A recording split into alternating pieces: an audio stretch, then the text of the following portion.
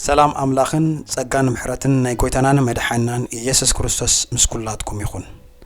ዘን በተኸታታሊ ተሰምዑወን ምስክርነት መለኮታዊ ምግላጽ ሲኦል ትብል ጸሐፊት ሜሪ ባክስተር ትርጉም አገልጋሊ ሳምሶን ደበሳይ ንባብ በሰላም ተኸስተ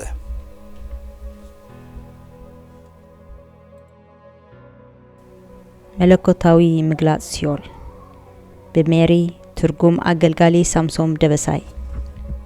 ጉዕዞ ናብ ሲኦል መጋቢት 1976 ኣብ ገዛይ ተዓጼ ጽሊ ኣብ ዝነበር ኩሉ እዋንዩ ጎይታ ኢየሱስ ናብታ ዝነበርኳ ቤት ወግዓዊ ምብጻሕ ዝገበረ በመንፈስ ኮይነን መዓልታት እንዳጸለኹ በሃንደበት ህላውነት አምላኸይ ከምት ዝናፍቆ ዝነበርኩ ክስምዓኒ ጅምር ኃይሉን ክብሩን ነታ ቤተይ መልአ ድሙቕ ብርሃን ከበበኒ ሓጎስን ፍሳሃን ከኣ ኣብ ልዕለይ ከንጀርብ ተሰምዓኒ ካብቲ እንደተን ከባለለን እንዳብረቕረቕን ዘንሳፍፍ ዝነበረ ብርሃን እቲ ደስ ዝብል ድምጺ ጎይታይ ክዛረብ ጀመረ ኣነ ጎይታኽን እቲ ትኣምንን ኢየሱስ ክርስቶስን ሓደ ኣብ ዝመጨረሻ ጊዜ ንህዝበይ ዘብራህርህ ዘንቅሕን ነቶም ዝጠፍኡውን ዝመልስ ራእይ ከርኤክን ክገልጸልክን መጽእ ኣለኹ በለኒ ኣስዒቦኻ ሓይልታት ጸልማት ብርግጽ ኣለዉ ቃለይን ፍርደይን ከምቲ ጽሑፍ ሓቂ እዩ ኣትጓለይ ሕጂ ናብ ሲኦል ብመንፈስ ክወስደክን ብዙሕ ስውር ሓቅታት ከኣ ክገልጸልኪ እዚ ነገር እዚ ዓለም ክትፈልጦን ክትንቀቐሉን ዘለዋ ነገር እዩ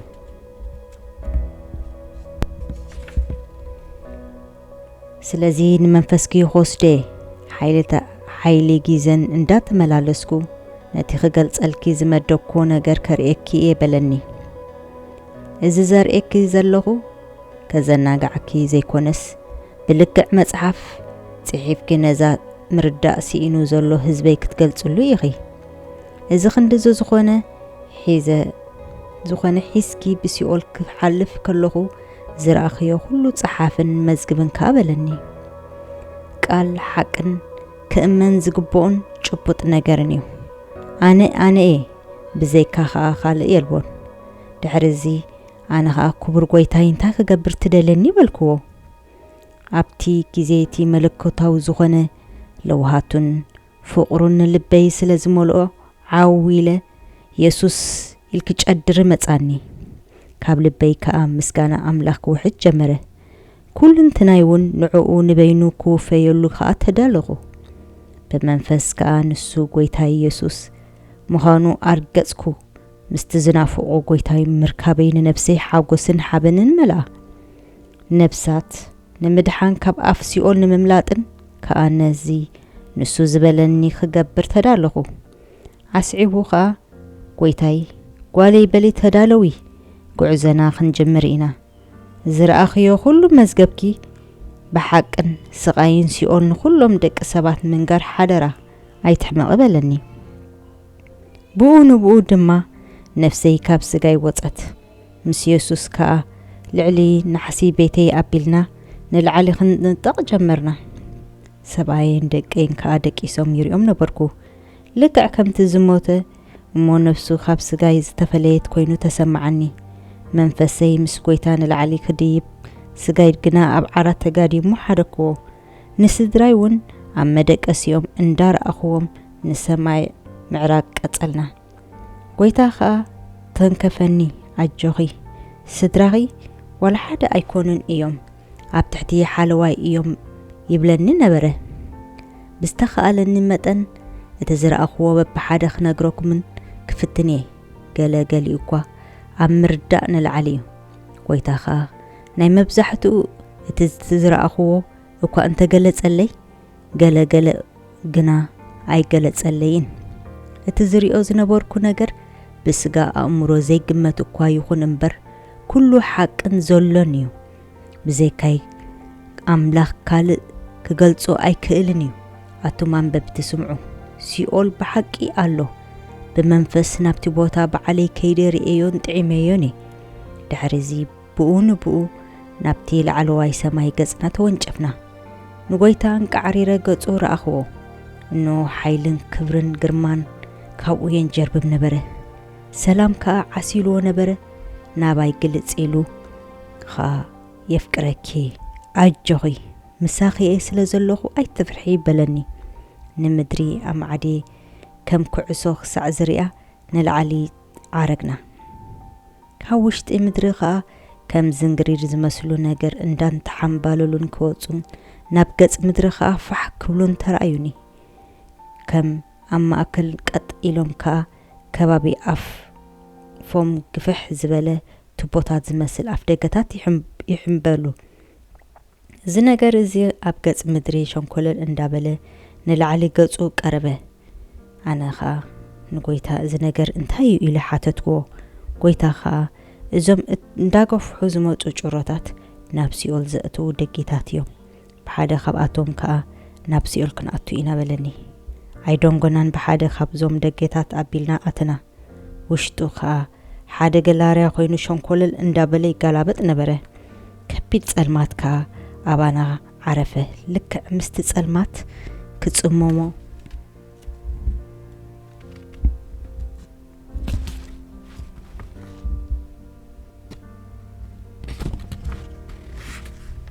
زيك الكبير شتا متاني نخلو تنفاسي كابكلو أب تسقعي منادق نايتي قلاريا هيوت زلوم نقرات لمن يبلو نبرو تسألي محمداوي حبري زلوم አራዊት መሰል ነገራት ይዋናጨፉን ይውንጨፉን ነበሩ ኩፋት መናፍስቲ መኻኖም ካ ጎይታ ኸይሐበርኒ ፈለጥኩም እቶም ለመም እናበሉ ዝንቀሳቀሱ ነገራት እናንተ እንቀሳቀሱ እኳ ኣብት መንደቅ ተጣቢኦም ስለዝነበሩ ካብኡ ክወጹ ኣይካሉን ብጣዕሚ ኩፉእ ሽታ ከኣኸባታቶም ይወጽእ ነበረ ብኹፉእ ዓውዝ ብዝበለ ድምፂ ኸ ወጨጩልና ብኡ ንብኡ ዝርአዩ ርኹሳት መናፍስቲ ኣብቲ ቦታ ክንቀሳቀሱ ተሰማዓኒ ጸልማት እኳ እንተነበረ ተንቀሳቀሲ ምስልታት ረሳሕጠቃ ጎልቢብዎም እኳ እንተነበረ ነውነጆው እናበሉ ነበሉ ንጎይታ ኸ ጎይታ ይንታወትዮም እዚኦም ክብል ተወከስኩ ካብ ፍርሓት ተላዕለ ኢዱ ከረዋ ቢለ እንዳሓስኩ ጎይታ ኸ እዚኦም ኩፋት መናፍስቲ እዮም ናብ ዓለም ክላኣኹ ተዳልዮም ኣለዉ ሰይጣን ማለት ሉሲፈር ትእዛዝ ምስሃቦም ናብ ምድሪ ይኸዱ ናብ ውሽጢ ትገላርያ እንዳኣቶና ክንከይድ ኮለና እቶም መናፍስቲ ዓዊሎም ሰሓቁናን ኣላጎጽልናን ገሊኦም ከዓ ክትንኩፉና እኳ እንተፈተኑ ክብሩ ጎይታ ምሳና ስለዝነበረ ግና ክትንኩፉና ኣይተኻእሎምን እቲ ኣየር ኣዝዩ ረሳሕን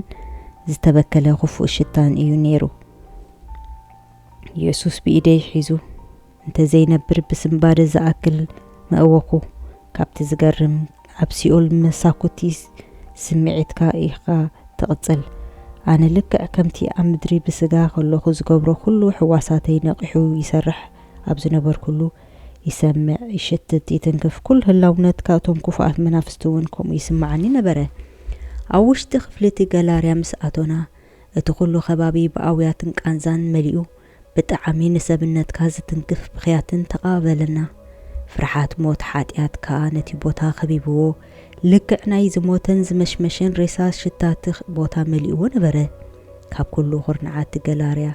ናይ ዝመሽመሸ ስጋን ሰብን ዝሓረረ ሽታ ዓብለኸና ከምቲ ዓይነት ኣውያት ሽታን ኣብ ምድሪ ኣጋጢሙኒ ኣይፈልጥን እዩ ብኡ ኸ እዚ ልብኻ ዝትንፍቕ ስቃይን ኣውያትን ናይቶም ኣብ ሲኦል ዝወረዱ ሞታት ምዃኖም ኣስተውዓልኩ ክፉእ ንፋስን ዘፈንፍን ነገራትን ብቅድሜና ክሓልፉ ተሰማዓኒ ከም መብራቕ ዝመስል ብርሃን ከዓ ኣብ ጸልማት ወደቀ ሓመዳዊ ጽላሎት ከዓ ኣብቲ መናድቕ ዓለበ እቲ ኣብ ቅድሜና ዝሓፍፍ ዝነበረ ዘንፈንፍን ነገር ከዓ ዓብይ ገበል ምዃኑ ኣስተውዓልኩ ዓይንተይ ቆዋቢለን ተተመልከትኩ እነሆቶም ብዙሓት ኣትማን ኣብ ኩሉ እቲ ከባቢ መሊእዎ ነበረ ኢየሱስ ከምዚ በለኒ ሕጂ ቀልጢፍና ናብ ጸጋማይ እግሪ ናይ ሲኦል ክንኣቱ ኢና ኣብ ቅድሜና ከቢድ ሓዘንን መሪርን ቃዛን ክግለጽ ዘይክእል ዘሰንብን ነገራት ክትርኢ ኢኺ ካባይ ኣይትንፈንተንቲ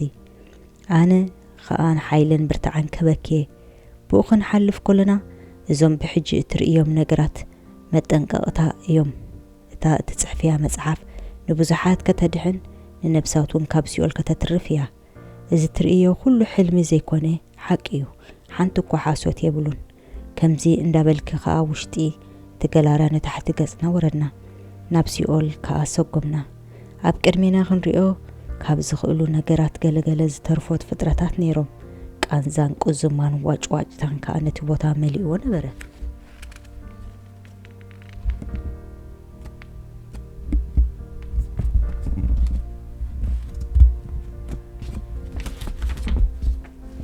ኣብ ሓደ ብርክኽ ዝበለ ቦታ ከዓ ኣብ ቅድሜና ከዓ ሓደ ሃሰስ ብርሃን ሪእኹ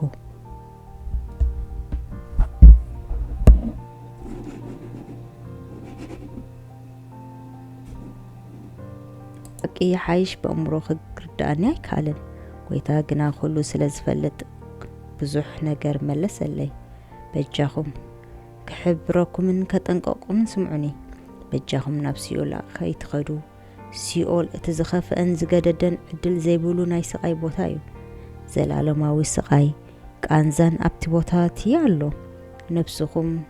عيتموتني كل جزي أما أكل زنف فن موضوع سقاين كتوت تنبريا توم سيول أمدريا أتولو وسيول أوشت مع مدريا أبو جنا نفسات بزي مقراط أب سقاير كبا أبو بارتيا اللي دنقات أخوانا فقرية البون سيول ناي سقاي ناي قمت كسب وطاي زخوانا ناي كانزان بوتانيو أسعبوها زابير موت حاد أكوا زي فتو أملاخ مخانو آمينو أبتم زي آمنو دنقات أخحدر عليت حبري قربت كيف ليه نزقروا عدل نزهب كله بزعبا سيول كحبرن كاب سيول بجنزب وي بباسترات كتملت كم زي تخيل تايدا قويتا يسوس كريستوس ترايب مانعو بمسعبن كاب كله حسم سيول كتملت كم زخ كال حبيرون بصولت بقالن تقادلو إذ انت جيركم نسخاتكم ترقتا يسوس كريستوس ترداكم بروخات متعاي تختكونو كم قواخ تيخا خدمكيهم اتوم نقويتا يسوس كريستوس أبلو بخم زي تقبلكم أبو زي أمنكم من جنا حادراكم تملسو نسو نزيد صحف كتم كلها مفنترا ويدما لبي سب زرها سوسوت تسواي زي كونه እግዚአብሔር حق مخانو يقلصلكم አለው ዘንብብ ክፍሊ መጽሐፍ ቅዱስ አማርቆስ ምዕራፍ 9 ካብ 40 ስጋብ 45 ማቴዎስ ምዕራፍ 9 ጥቕሲ 22 ማቴዎስ ምዕራፍ 18 ጥቕሲ 20 ማቴዎስ ምዕራፍ 18 ጥቕሲ 9 ማቴዎስ ምዕራፍ 23 ጥቕሲ 15 ራእይ ዮሐንስ ምዕራፍ 20 ጥቕሲ 11 ጥቕሲ 15 ንረኽቦ